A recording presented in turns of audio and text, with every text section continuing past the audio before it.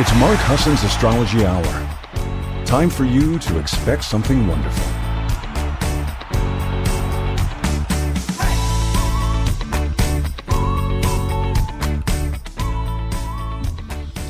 Well, hello everybody and welcome. It's Mark Husson and this is the Mark Husson Astrology Hour.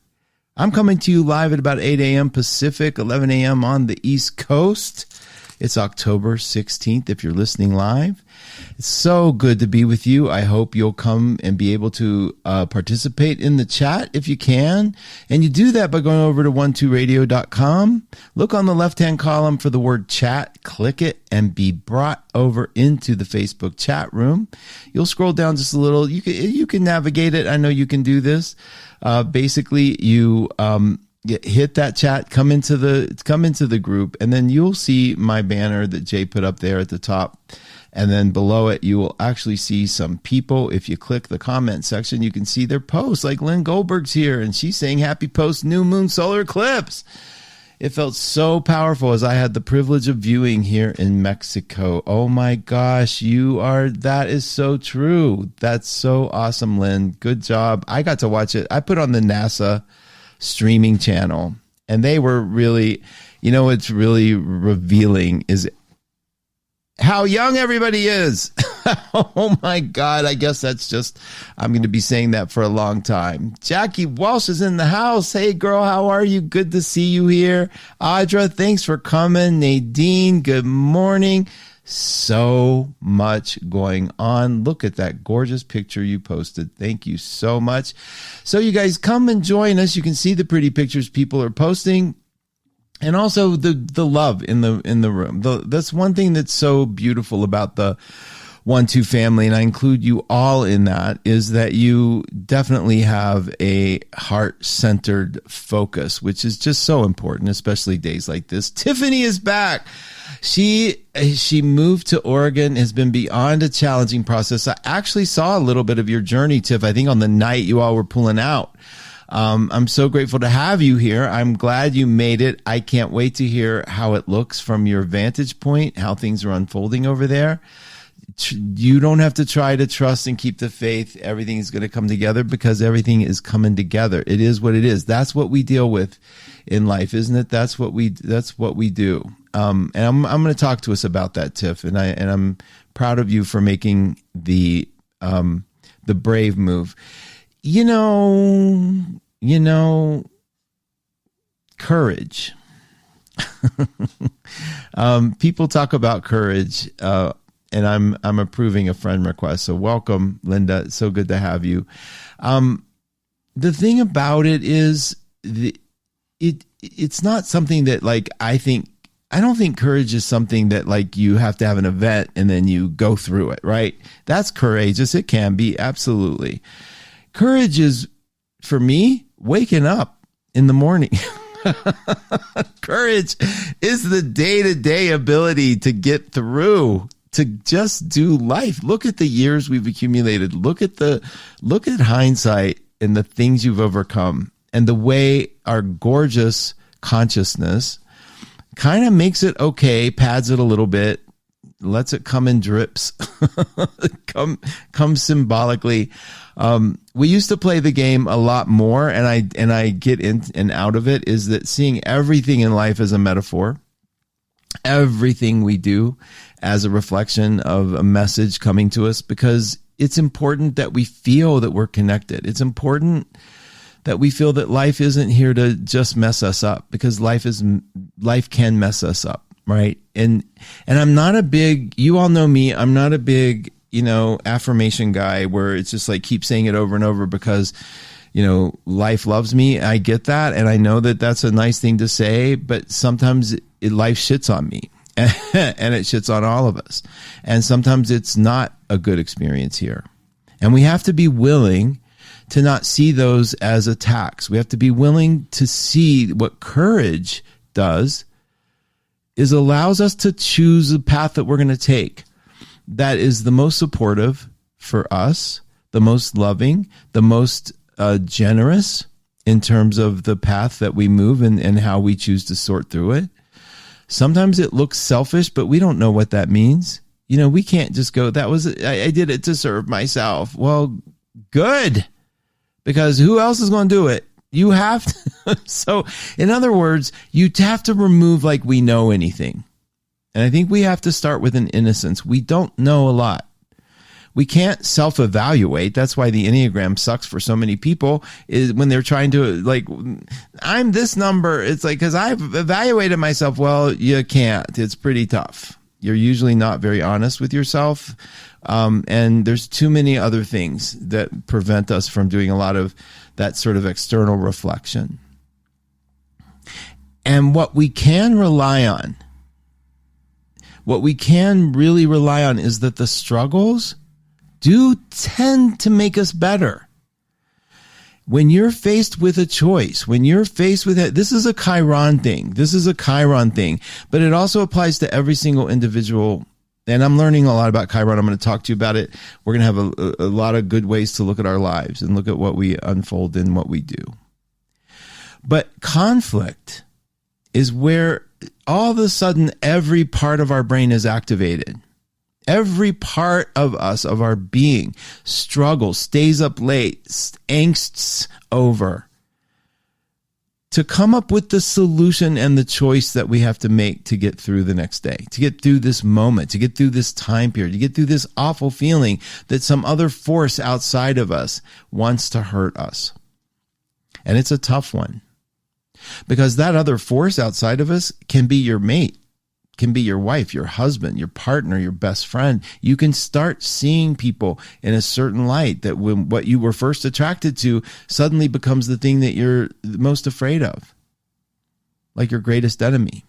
That's a Chiron thing too. I really am going to talk to you about Chiron. I can't get enough of it, because we look at wounds as like, oh, that's your wound, and like, okay, that's just that. But it's not that. It's not just that. That wound is so powerful, it gets projected really easily. And wherever our Chiron is, and Chiron is this asteroid between Uranus and Saturn. It's a comet, really, but it's between Uranus and Saturn. And it basically is pointing to some of the deeper, most profound issues we carry. And where it is right now is in Aries. And so all Aries people I know are going through, not this minute, but over the past, it takes 50 years for Chiron to go through the whole zodiac, right? So a few years per sign. What is that, about 3 something? I don't exactly know. You do the math for me, please. Like 4 point some years per sign. So it's in Aries right now. And so Aries people over the past 2 years have had some remarkable transformation. I mean, it may not look like it is. It may have been angst. It may have been lovely. It may have been hard. It may have been easy, whatever, but you went through change. And if you're in the middle of it right now, you're going through big wake ups. And if you're a Libra, the opposite sign of Aries, you're going through that wake up too. That I'm going to put on hold just for a second, because that brings me to this eclipse in Libra. Now, there's a lot of big astrologers who say, I don't really notice a difference in an eclipse and a new moon and blah, blah, blah. And that's fine. They don't notice, okay? I see it more globally. I see it not just because of the global war that's happening now and the energy that's happening in Israel. I see it globally in the sense of, what is Libra calling on us? What is the essence of Libra that we just got imbued with as a new moon Saturday? What is the essence of that? And the essence of it is way different than just, I see pretty things around me. Libra is a cardinal sign. It's a warrior sign. Libra's job is basically to establish and question what every relationship is. What is justice? What is fairness? We give Virgo a lot of the OCD qualities, and Aquarius, I give Aquarius the crown for OCD, but Libra has a version of it that's insane, because you think about, and I say insane as a euphemism, as something positive, not something like you're crazy. You think about justice holding the scales, and in the metaphor was, those scales are like so particularly precise. that the slightest gust of wind, like it can measure a feather, it can measure an atom, that kind of thing. And if Libra is balancing that, wherever your Libra is in your chart, if you know a Libra, any of this stuff, you see that they are in constant waveform. They're weighing that stuff out all the time. Now, Libra is the opposite of Aries, so you'll see this trait in Aries. But I always have said they're the same sign, just Libra's the nice version, the nice appearing version, but there's no difference. Aries is just, here it is. Libra's like, here it is with flowers. Okay, so they're pretty much the same. One's fire, and I know they're different, but one's fire, one's air, but they're both cardinal signs. They're exactly opposite. One brings in spring, one brings in autumn. And basically what a Libra is doing is trying to win the battle of fairness inside themselves. And it comes out, if you're ever with a Libra, and I've talked to you about this a million times, you see that objectivity so blatantly, and yet it's so real. Where, if you say, this is hot, they will see where it's really not heat, it's the absence of cold, or something like that, right? The world just experienced a Libra new moon eclipse. Everybody saw it in a different way. Some people didn't see it, the full total lunar part. Some people, whatever. Some people were right under it. But when you think about the energy that's getting imbued, the energy that's sort of reflecting. Now, remember, I'm trying to get us to be aware that planets don't do things to us. They reflect what we're doing. So they're basically one and the same. So as a planet moves, it looks like, oh, I just got hit by this transit. It's like, nah, the transit's just telling you what you're hitting, what you're doing, what's up to you, what's happening in you. Reflections back and forth, as above, so below, remember? So here we have this planet in Libra coming in, and we're looking at, notice the questions globally. Is it fair? Who's right? Who's wrong? Are you on which side? See the energy's intense there. And I advise you to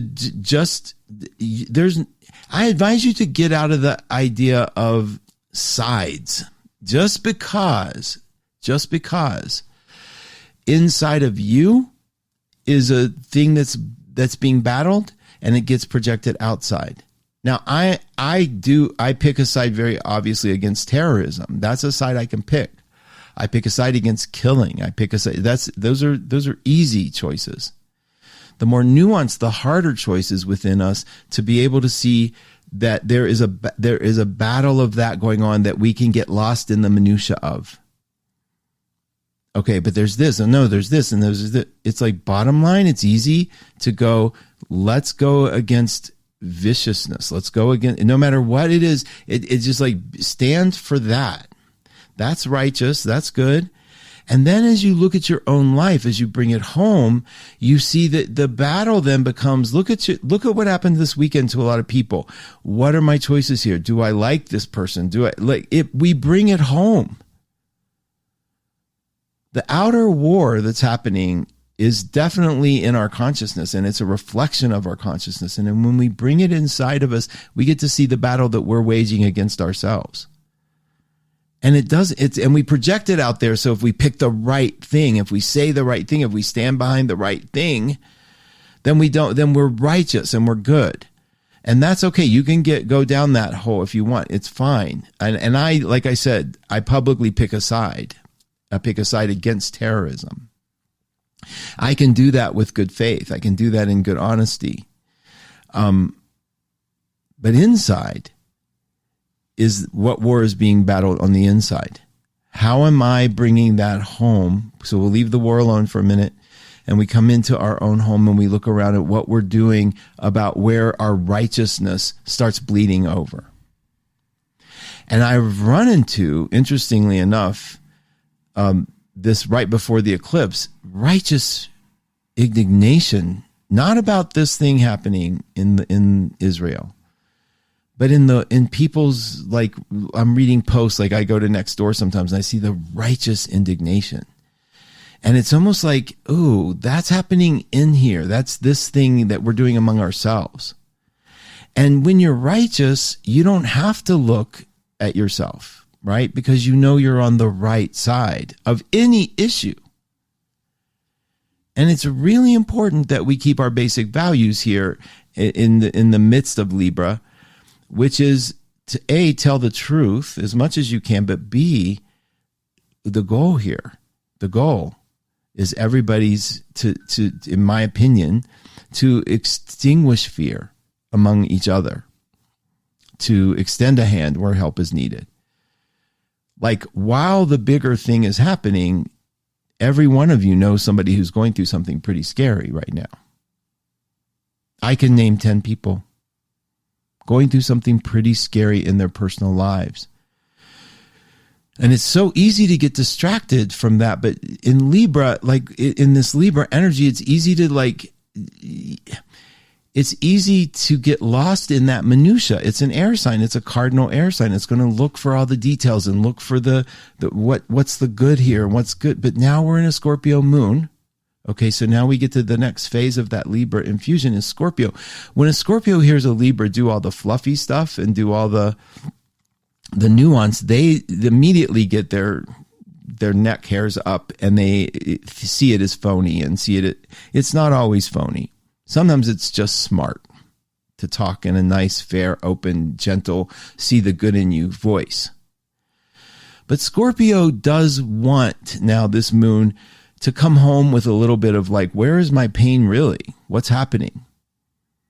So under this eclipse, I want you to see where you might have taken a position. And again, let's leave the war alone. Where you've taken a position in your life that looks righteous, or where you experienced someone else in your life looking righteous, like and completely projecting everything that they can't see about themselves onto you. Okay? Because we sometimes live to avoid that. You know that, right? We live to avoid other people's projections on us, like as if we can do something about it. So if somebody might be mad at this decision I'm making, I'm not going to make it because I don't want them mad at me, right? Kind of thing. And yet, isn't that funny? They're still mad at me. So this is a call. This Libra eclipse is a call to it's not about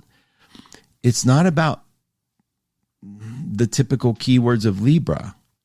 It's about being able to see what you truly desire. Remember in the myth of Paris, giving the golden apple to one of the goddesses, he had to assign to the most fairest goddess of all, who was the fairest. And he knew he was forced to do it. He was mortal. And he knew if he did, that he would be killed by the other people he didn't choose. So he knew it was a death sentence, right? Here, you give this apple to the most beautiful goddess, and they're all going to just take it like it's no big, like it's not like, oh, okay, he just chose, Athena, great. He's a good kid. No, we're going to go kill him. We're going to make sure his life is miserable. That's the thing. In the myth in the heart of Libra, they have a preference. And all of us have a preference. And wherever Libra is in our chart, we have the preference that we feel that we must hide and then manipulate the outside world so that we can really get it. But that's the feeling you get in Libras that you've been mad at for not telling the truth, because they just seem so like, oh, it's so okay. Everything's going to be okay. And you're good and you're good. And, I don't want anything here. I'm just being the mediator. But the truth is Libra wants something. Paris chose the goddess who promised him really what his heart wanted. Love. Libras want a perfect love. And wherever we are inside of ourselves, we know where Libra is, that's the hunt, like that house. We're looking for the perfect thing inside the house that it rules. But we also know that beauty fades. We also know that once Libra achieves the goal, it's the next goal that matters. It's the next thing that matters. So you don't want to get stuck in the trap. You want to get stuck in what the gift of Libra is, which is the eye for detail, the eye for beauty, the eye for perfection, the eye for it. Like where you can see what's off here. You can see what the problem is. And rather than needing to be right about it or having an ego about it. You can actually make a choice, which is very hard for Libra because those scales are so balanced so perfectly. But you can see what choice needs to be made here for the good of yourself, for the good of everyone involved if you want. But typically the Libra eclipse is going to say what's good for you here. What do you really want? And it starts with Scorpio today being able to look and say, what is it that I really want? What is it that I really, really want? Because Libras hide that from themselves. No, I'm doing it to be objective. No, you have a mission. It's projected. It's hard. You can't see it all the time, but you got one. And the Scorpio today is asking us to look inside and see what it is. What's the true passion I have? Now, what are we up against? We're up against judgment, which is really easy for us to do. We think we know everything. We think we're trying to be godlike. We're trying to be perfect. We're trying to look good in the eyes of whatever you consider to be the all-powerful one. That is a motive somewhere deep inside of us typically. So we have all this flood of judgment. Now what happens is as you start releasing those, as you start owning it, like I do judge that, I hate that, as you start letting it have some air, they soften. But it starts with some truth, like objective look. And we use relationships to do that the most. Carl Jung said we use relationships to see our shadow, to project. And if you're really in the thick of it with somebody right now, you have the biggest opportunity of all to find healing and growth. It's amazing. And they are not the ones giving it to you. It's your consciousness that uses that image to project on and bring some healing in. Now, I got to come back to the room because I don't want to lose you guys. And sometimes if I get a little on my track, I feel like I want to make sure you guys are with me and how you doing and check it out. So I just hit refresh just now. And I am, okay. So Karen's in the house. Hi, Karen. Welcome, truly. Hi, Terry. Welcome. This is an intense month. There's a lot of interpersonal You're right. A lot of that is going on, you guys. It's serious. Relational stuff is going on. And if you're in a relationship and it's not going on there, then look at the relationship that you have with something. Okay. I just want you to pay attention to what's changing.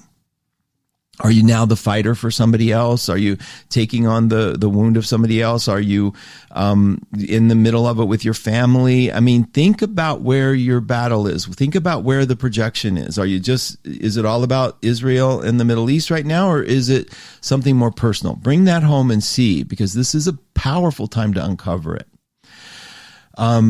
Jackie saw the magic of the balloon fiesta and sharing the eclipse with all. Man, Jackie, that just sounds amazing. NASA was in Arizona, if that's the one you were at. Pretty amazing. Jennifer Lakshmi's in the house. How are you, Jennifer? Happy post eclipse. Scorpio moon, she said, ouch. That's so funny. Hi, Lioness. Welcome. Claudia, welcome. Tara, Elizabeth. Yeah, that's my cup of coffee right now, girl. Thank you. Jackie says, my sons are Leo, Virgo, and Libra. Wow, right in a row. She says, thank you for the deeper understanding over the years with them. That's so sweet.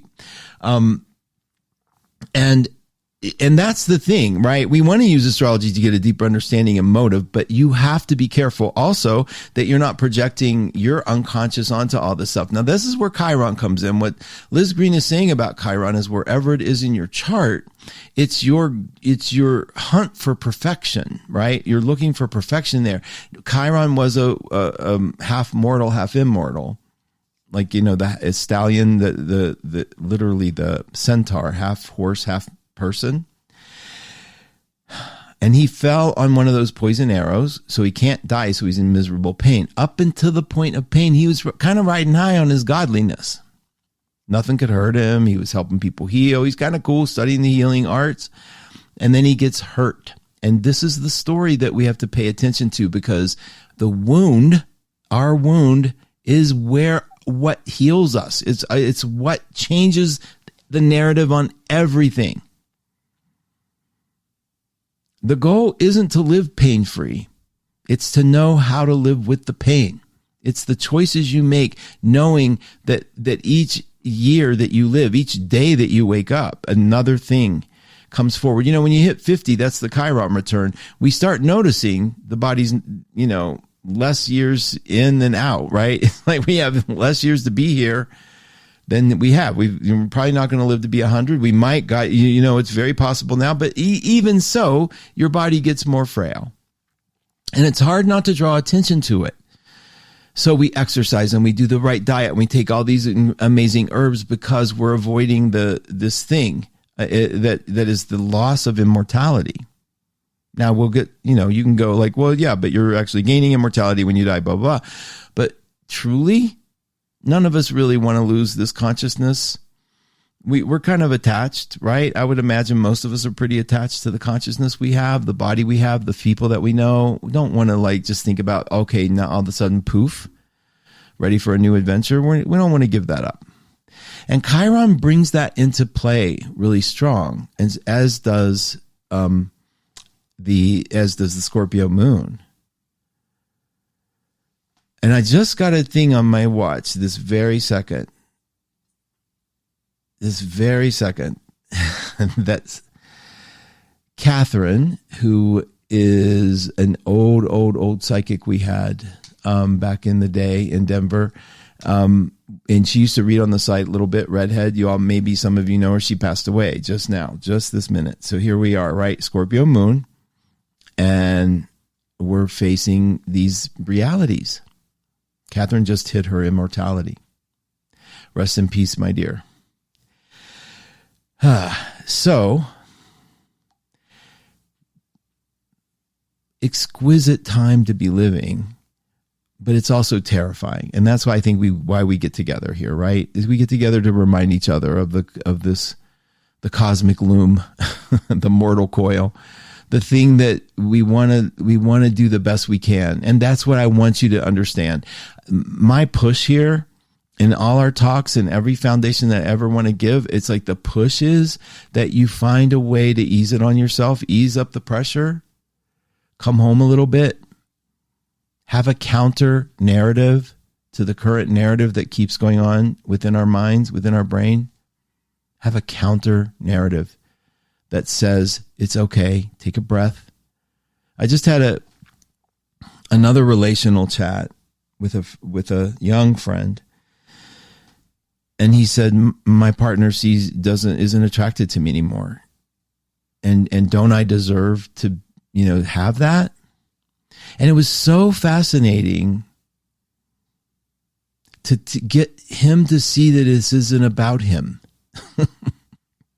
And it's not, it's about where are you in this process where's the counter voice to loving yourself in this moment? Where is it? Where's the counter voice go? Where's the alternative voice? Somebody says you're an idiot. Somebody says you're unattractive. Somebody says you're ugly. Somebody says you're stupid. Somebody says you never had a gift. Somebody says you're the worst astrologer I've ever heard. If you are a brunette, if you have dark hair and somebody comes up to you and says, I hate your blonde hair, you'd probably laugh and think, ooh, they're a little, okay. Give them a card to a good optometrist or something like that, right? It just wouldn't sit. But if somebody says, I hate your brown hair and you're brown haired, it something sticks there because you see, oh my God, there's something that it can attach to. When somebody attacks you, if you're vulnerable there, the attack can hurt. And what I'm trying to get us to see and to practice on a regular basis is to the counter narrative. If somebody attacked your child in the same way, said the same thing, I hate your brown hair, I don't know if they'd have any teeth left when I was done with them. I don't know what I would do. But the first thing I would do is grab that child close to me, bring her or him in. So get over here, baby. Come here. And then just go to town on however I wanted to, because I want that child to know nothing gets to hurt you on my watch. I don't want that. That's what we have to offer ourselves. And if you're weak in that area, if you haven't really made base yet, if you're just sort of you're tired of hearing about holding the inner child, then my question to you is, how nurturing is it possible for you to be with anybody else? And it's not you have to love yourself first before you love other people. I don't understand that phrase. I just don't get it because I don't think we get love. I don't think we understand it at all. But I do think there's something to be said about the practice of lovingness, just practicing a little bit of kindness, practicing a little bit with yourself. Like, are you so cut off from the inner part of you that if somebody hits you or you're doing something and what happens when you see you made a mistake? What happens when you make a wrong move? What happens when you accidentally send that text to the wrong person? Can you back it up, baby? Can you stand behind yourself long enough and go, oh shit, okay. It's all right. Just stand beside it. Because you're about to have to face a truth. Probably the person didn't know you were thinking that, and you have to face it, and you have to stand beside it. I told you once a long time ago, but for newbies, John did that with me. John, one time. He didn't send it to me. He sent a text because I was complaining about somebody, and he was writing me back, but he wrote it to the person. And if I would have done that, I want to bury myself. I hate shit like that. I learned a long time ago, keep that stuff either, don't text bad shit. That's all. I don't know. I don't know if I fully learned it or not, but he sent it. And I said, oh my God. He goes, I just sent that to the person we were talking about. And I said, oh God, I'm so sorry. And he goes, it's all right. I mean, it was in my mind, and I was blown away by his ability to say, it's all right. It was what I was thinking. I'll stand beside it. And that's one of the ways I learned about you have to be able to do that. You have to be able to say, all right. It's me. I got to be here. Come on. Yes, I did that. And you might lose somebody over that. They might hate you for that. And that gets back to, are we going to live our life on how people see us? Or are we going to live it on this sense of I want to be aligned internally. I want this kid protected. I want to feel okay. And so that's the deal with this, particularly this Scorpio moon right now, coming out of this Libra energy, this heavy Libra energy, which if you're around a lot of Libra energy, you see it's amazing in the getting all the order done out here, everything external. Not all Libras do that. I'm just saying when you have Libra, you are really working the world. You really are. I know so many Libras moon, Libra risings. It's so about keeping the peace. And that means being in agreement with everyone you talk to, even though it might look from the outside like, boy, that doesn't look very genuine or honest. It absolutely is for them because they're tuning into the one piece of truth they know about that person. And that's what we're doing. That's what you and I are doing.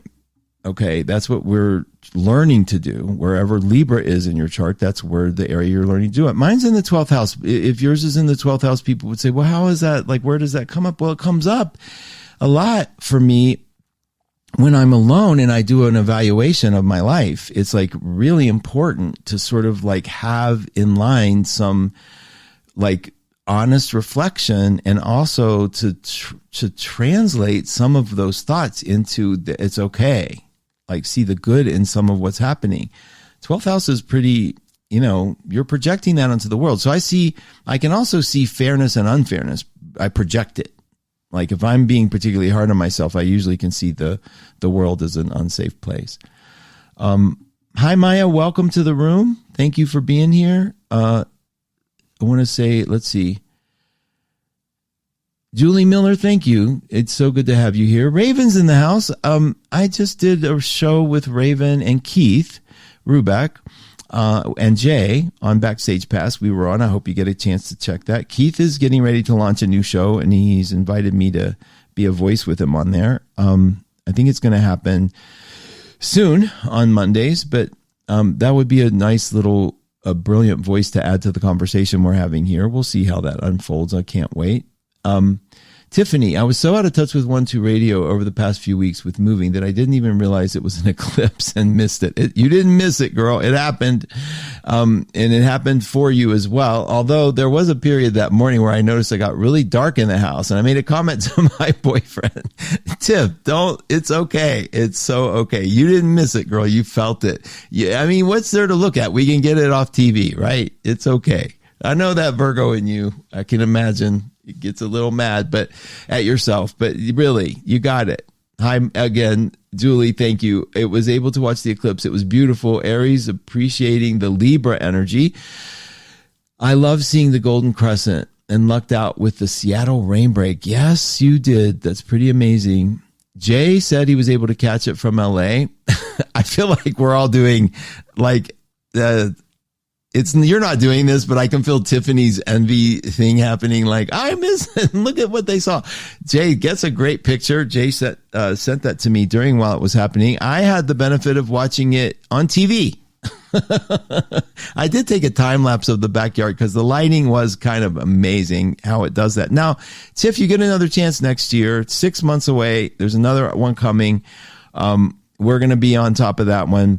I am most interested in you guys paying attention to the energy flow of it. Like, how does it reflect your consciousness in Libra? And we have to sort of get into this mental landscape, the Libran issue.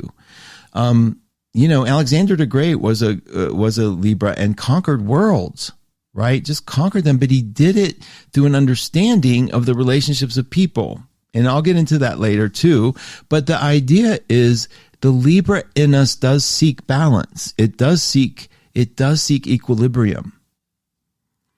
But sometimes it has a hard time with the darker truths that Scorpio loves bringing up to them.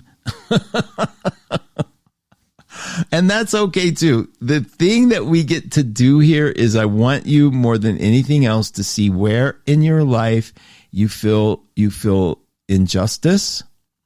You see the injustice around you. You see the injustice of your friends. That's injustice. That's one of them. Where in your life you hedged the truth a little to spare a feeling. Just pay attention to that. But more importantly, on the conscious eclipse level of a new moon, where in your life did you decide to start some new thing that is related to Libra, which would be a redesign of something, a new connection to someone you haven't talked to in a while, redecorating, things like that. Bring it home and see where you're noticing it. That's the beauty of these eclipses and the new moons particularly. It got dark last week not because the sky and the moon was in front of the sun. It got dark because we're heading to a new moon and it was an eclipse, and it just everything culminating up to Saturday felt a little scary for a lot of people. Okay. And that's where the movie of the war showed in our faces. Cause I know most of you who are in tune with anything going on in the world saw the imagery, the horrible, horrible images that were happening, and the people shouting out against it or for it, whatever, like the whole, like, what the hell is going on kind of feeling. And if you had that in your personal life, that is absolutely, to me, the perfect reflection. Okay. So congratulations on getting through it. We also have some things going on this week that I want to talk about. I'll take any questions in the room if you have any, or comments. I love your comments, but I want to look a little bit at this evolution that happened. If you got to see the chart that I posted or sent in the email, the Albuquerque International Balloon Fiesta in the world, making Albuquerque the balloon capital of the world, not Arizona. Got you. I got that confused, Jackie. I was watching the Arizona one. You're right. But they were saying when you get up in a balloon that there's no wind because the wind, you're moving with the wind. It just sounds amazing. There's some things I have to do. Denise, thank you. That's a very sweet compliment. Very kind. She relates. I love that. Mark and Keith's episode of Backstage Pass. Jay put it up there. Oh, I calling attention as big as my ego is with publicity, like being public and talking to you guys. I still have Saturn in my first, and it will always be there, hopefully to humble me a little bit. But I do get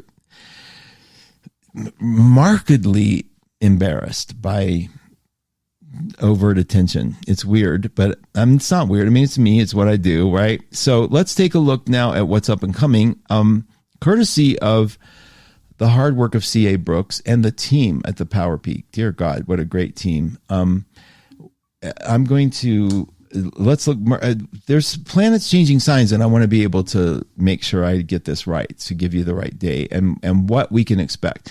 Now, they're called ingresses. I don't know why, but a planet ingresses into a new sign. And when it does that, it's a big deal. And I want you guys to notice, because the day that a planet does change signs energetically, something big is happening within, on internal to us. Now, it's going to be the weekend again. So we're going to have another opportunity this weekend to watch Mercury, the planet of our thinking, and the planet that orients our reality together, enter Scorpio. Okay. So now we're leaving this fairness reality, and I just call Libra fairness because it's weak of me. Libra is so much more the battler, the person who fights for a certain kind of perfection that they really need to have.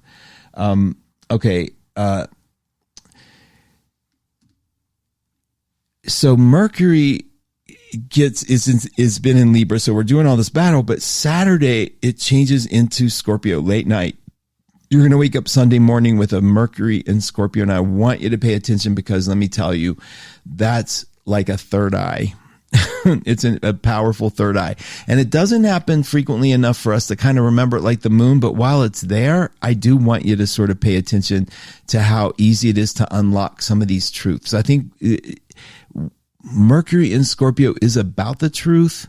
It's about telling the truth. So if you have a Mercury in Libra person, if you know a Mercury in Libra person, they keep it light.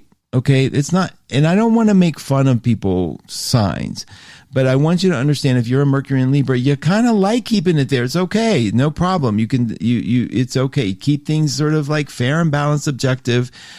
But you don't necessarily aren't watching the horror movie gore, right? I mean, a lot of you with Mercury in anything don't like that. But my point is, in real life, you'd like to keep it away from sort of the heavier things. When it goes into Scorpio, we're ready. We want to do a deep dive. That's the sign of the surgeon. That's uncovering truths. So my prediction is, during that time period, starting Sunday, we're going to get some secrets out. Some things are going to be revealed. Now, if that's global, great. I mean, that could happen before, right? Anytime. We always do that. But there's more to it than that. It's the secret of your real life. It's the ability to get an aha within your real life as well. That's going on too. So I want you to have your finger on that pulse, because that's a big change. And that makes Sunday maybe a little wonky. Okay. Just a little. But the day the planets change signs, the ingresses they're weird. They're bumpy. They can be. Now, tomorrow we're going to see an ingress of the moon in Sag. We're going to see it go into Sagittarius at about noon, 12:30 p.m. Pacific. And I want you to see the difference between Scorpio and Sag. And we get to have a lot of fun in Sag before we hit that Capricorn moon. Didn't it just seem like a week ago we had a Capricorn moon? They hit me hard. They're my opposite. But when it's like that whiplash leaving Sagittarius and entering Capricorn, that's sort of like, whoa. Because all of a sudden we're going from this high centaurian mythological reality of fun and exuberance into kerplunk. Take off your glasses. This is the reality. Here come the bills. Let's get it on. Okay. And that's the Capricorn experience for me with the moon. Now, a lot of people love it. I do love the Capricorn moon after the first day. And this is like, I literally live my life like that. Like, oh, it's a void of course moon day. And tra la la. I'm not like that day. I don't expect a lot. And then I have this serious total focus on when the moon's in the sign all day long. That's just me. I mean, I know there's a lot of people here going, I love when the moon changes signs. I get it. I'm not a big fan personally. And that's just personal, right? It's not have anything. I would never say avoid those days. I would just say I avoid those days. That's the big thing. Alicia, you never miss it. Thanks for being here. It's so nice of you to be here. Okay, let's see. Catherine, Libra, Sun and Rising, Cancer Moon. In the midst of packing, she has it all, right, you guys? In the midst of packing, as about to move from North Carolina to New York. Eclipse enough for you? Wow. And she has Mercury in Libra.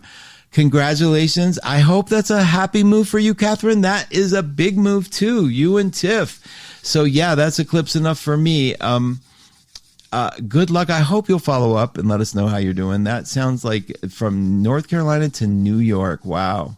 And New York has some beautiful components. So it could be the beautiful part of New York. It could be the city. Let us know how you're doing. Karen said, around the eclipse, I tried to get out of stuck traffic. Got a ticket for obstructing an intersection. Karen, even in your unfortunate moments, you make me laugh, and that's a terrible thing. But because I can see you going, what the hell? A ticket now, and this is the eclipse for obstructing an intersection. Jeez. Okay. Thank you again. Okay, Ellsworth, Fran. Oh no, can't wait for the recording. Thank you. Okay, it's coming. It'll be there thanks to Jay. He always is on the ball with that. Now, newsworthy things. So one more thing about the eclipse. The eclipse was at 23. Wait a minute. Let me get it up here again. Hold on. Come here,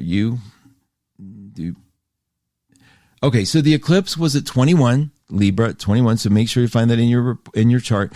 Chiron was at 17, not far off opposing it. So again, I want you to pay attention just a little bit. Aries, Chiron and Aries, what would be the wound of Aries? Anybody have a sense of that for themselves? Like, what would be a wound that we talk about when we talk about Aries being wounded?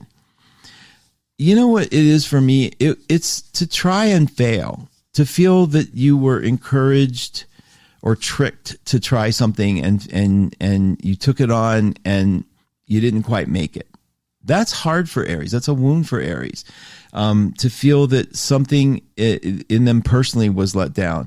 If their bodies let them down. If they are trying to rescue someone who doesn't appreciate it.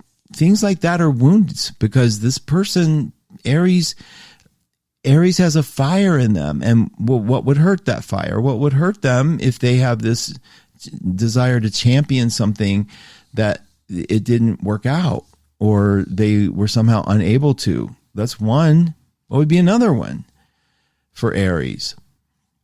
Okay. To not come in first, to fail, to not win a championship, to not, to make a silly mistake over something that they couldn't, rise up to the occasion for. That's a deep wound for that particular sign. It's not ego. It's an identification with I'm only good as what I do. And I want to be the best because I'm good at what I do. And I only am as good as what I do. I identify with what I do. And that could be a mother, an Aries mother. If you ever known an Aries mother, it's like, oh my God, they do everything. It's amazing, typically. But if something happens to interfere with that, if on their end, it's devastating. So we had Aries in that, and we see this for ourselves. We can see where in our lives that we feel we've let someone down. That's one, where we weren't strong enough, where we weren't the first, or that somebody didn't recognize us in it. So I want you to play with that a little bit. This is the thing about Chiron. It's about feeling immortal, the immortal part of us. It's striving for that, and then being deeply wounded that we'll never get it. Now, we project that onto our partners sometimes, like we see them as gods and see them as perfect and see them as more capable of love. So when my friend called and said, my partner doesn't see me as attractive anymore, Isn't that a Chiron? Can you see that? I lost the race. There's nothing I can do here. And my job was to get them out of the race. Like, this isn't a condemnation of you. It's somebody stating a place they're at and you seeing that as a condemnation of your life and your relationship, because sexuality evolves. It changes. It does. But you become beautiful again. You become attractive again when it's not, when you don't need it, when you're suddenly fulfilling yourself with the other parts of them. And sometimes it just goes away forever, whatever. But it's not the thing that gets to define us unless you let it. And I have a lot to say about that. But this particular moment, and this person is young, they're young, to get them to see the counter voice. Instead of "I'm unattractive," if somebody said that to your child, how would you respond? Like it said, I don't like you anymore. You're not pretty. What would you do? And you might be mad at the person, but the first thing I think we do with that child is educate them on the ways of self-love and the importance of letting people have their moments of ins and outs, of preferences, letting other people have them, and not associating us with that's the only hook I have to keep you. It's a tough one, but it's also not that tough if you get that narrative right inside, okay? And a lot of us are going through that right now. A lot of people are going through that right now. I'm grateful for having developed a strong inner voice, talking to you guys about it week after week after week. Has not hurt at all. But also to have those moments when it looks a little dark and the energy's a little gone, to remember what I'm telling you now, that to create a moment of that loving voice that says, this is me and this is all I got. I'm leaving here alone, right? I'm getting out of here alone. Even if we die together, I'm out on my own. This is my life. It's the linear line in one way. And if you have strong faith about the other side, good for you. But most of us in this moment realize that our only opportunity to make things better is in this moment right now. And the next moment and the next moment. And each moment's an opportunity to kind of uplift and to feel that gratitude. And remember, I told you about that energy of gratitude. You bring that in, and then that's the energy. Just bring it in. You don't even have to attach names and things to it. Just bring in that moment where you're about to feel gratitude. You can also take that over to One to Listen and put a message on the gratitude board, because the gratitude board is pretty awesome, anonymous, and it's a way for you to take a minute of your life, 30 seconds, and remember the things you are grateful for. And gratitude isn't submissive thinking. Gratitude is like your consciousness, your best friend in the world, your unconscious mind is constantly bringing things to the forefront for you. Constant. Near misses, synchronicity, things that happen that are like, oh, if it wouldn't have been for that ticket, this wouldn't have happened. That's the orchestra that is for you. Doesn't hurt to take a minute and notice it. Okay? Crack it open a little bit. This week, we're having our normal Wednesday, Friday sales at one2listen.com. The One to Listen crew has been working morning, noon, and night to keep you elevated and to keep themselves in a state of good consciousness. And they work hard to do that. You hear them on the radio when they come on the radio. You hear them when you call them. Your support is so appreciated. I can't thank you enough for the love that you send over here to me and the group at one2listen.com. So I want you to know that's a big part of my gratitude lies with you and your gifts that you give by just paying attention. If there is anything you need, I hope you'll drop a note. Wednesday and Friday are usually our sale days. We reduce the price to support you a little bit and see if you need anything, you reach out there. The gratitude board's another one. 1-2 Radio keeps going with Christina LaFrance and Lori Love after me. And then Tuesday lineup, etc. There's a lot of people in the 1-2 family going through, having loved ones going through serious stuff, themselves going through serious stuff. As a part of the 1-2 family, would you consider putting a thought in a positive light toward them and toward all of us? Because you are like the most powerful people I know. So thank you. And thank you again for coming here. I'll be here next week. This is the Mark Husson Show, Mark Husson Astrology Hour show, actually. And I will be with you again next week. And I'll be here all week. If you need anything, don't hesitate to reach out. You guys, I love you. Thank you so much.